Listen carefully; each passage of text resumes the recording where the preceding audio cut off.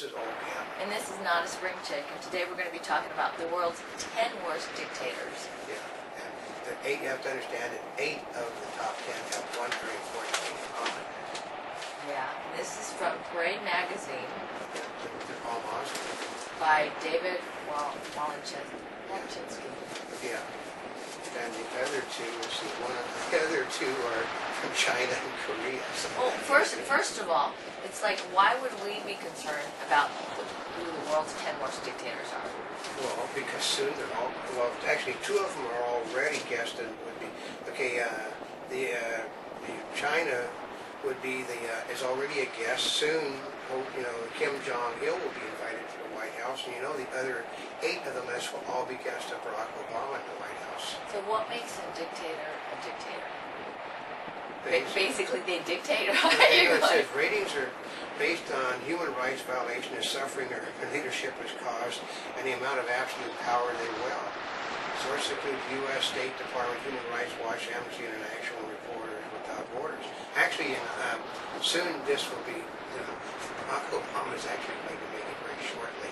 Under power he wields, and basically Human Rights Watch, because he's going after people who run businesses, makes him in this group, he'll excuse himself because the State Department is on the list.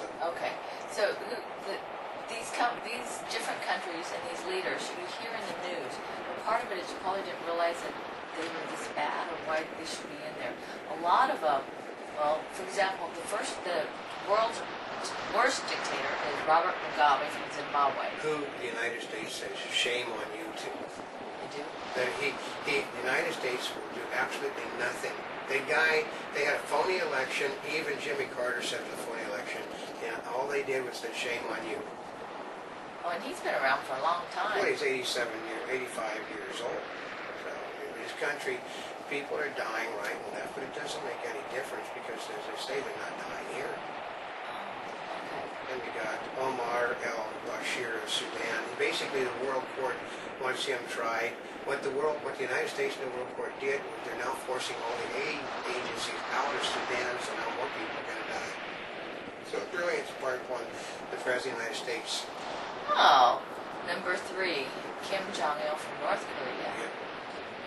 He's lost his #1 ranking, though. Oh, he was the top dictator, now he's number 3. Well, was that because he got sick?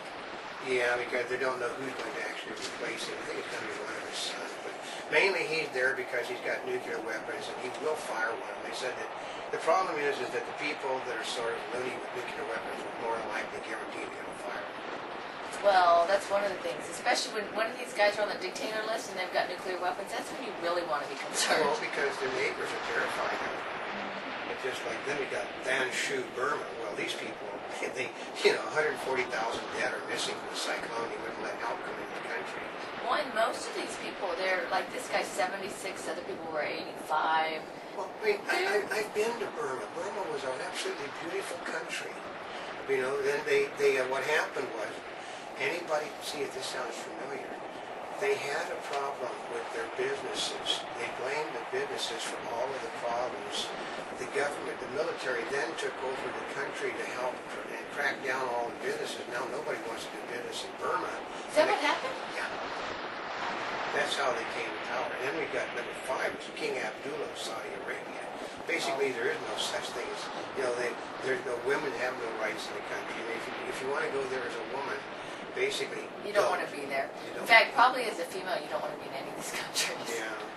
There's no Saudi penal code, and trial defendants cannot question witnesses, so it's nothing like that in our country. But, basically, we're talking again, they nationalized all of the companies and threw all the people out that actually did the exploration. In Saudi Arabia? Yeah.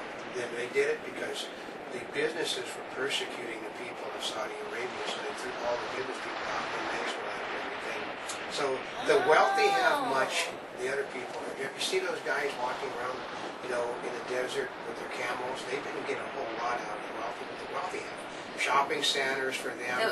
They own Mercedes Benz. Isn't it just a few families? Yeah. A few families hold all the wealth. That's right. And then everybody else. They've got huge families, though. But this one. Number 6, Hu Jintao from China.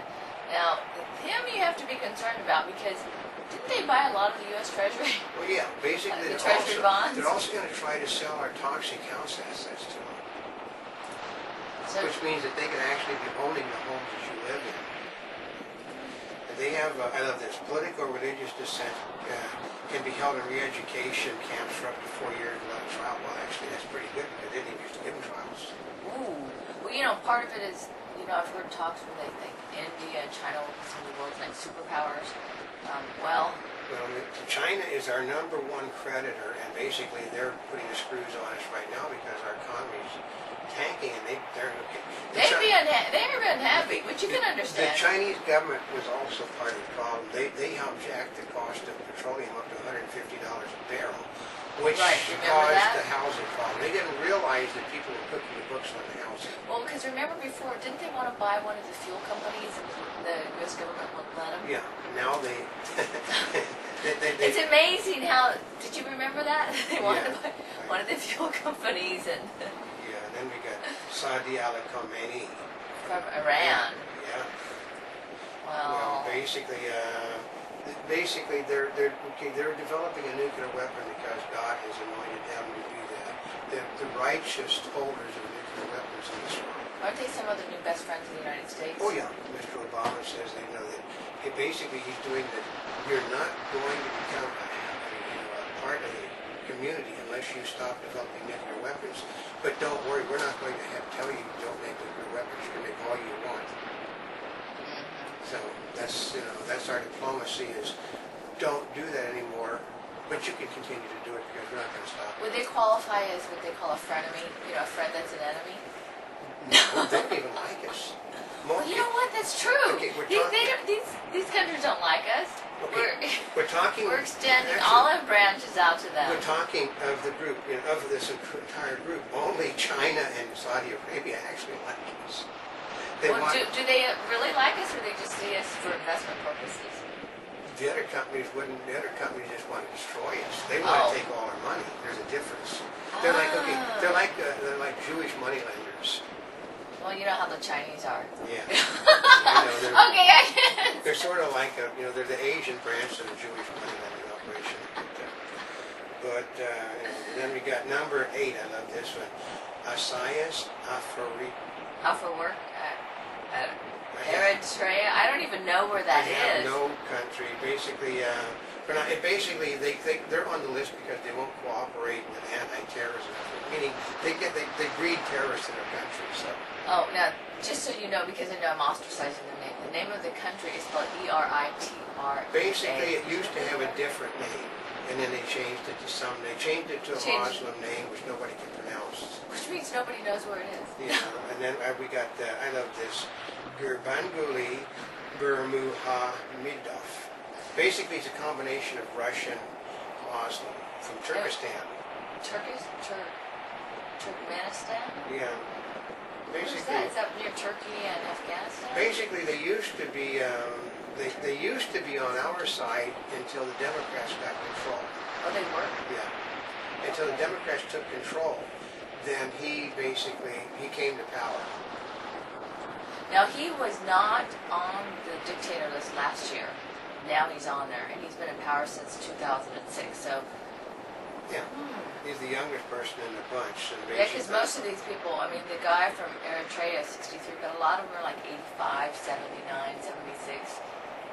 I know, but basically what it amounts to is the fact that they went populist movement, they go after the businesses, and he took over the country. Now, basically 51, he'll be there for all the time. He'll be there for a long time. Yeah. Some of these other guys have been there for a long time. Yeah. Senior, but this guy's, he is the youngest one, isn't he? Yeah, and then we got the number 10, Muammar al-Gaddafi. Yeah. Basically, he's spreading information. The government believes any information that the government believes tarnishes their reputation is punishable by life imprisonment. And torture is common. Well, torture is common in every country in the bloody world except the United States, Canada, and England. I know, and we're feeling guilty. Actually, we're not feeling guilty. You're saying that we're not giving them their human rights. I know. But they import $4 billion worth of Libyan. Actually got...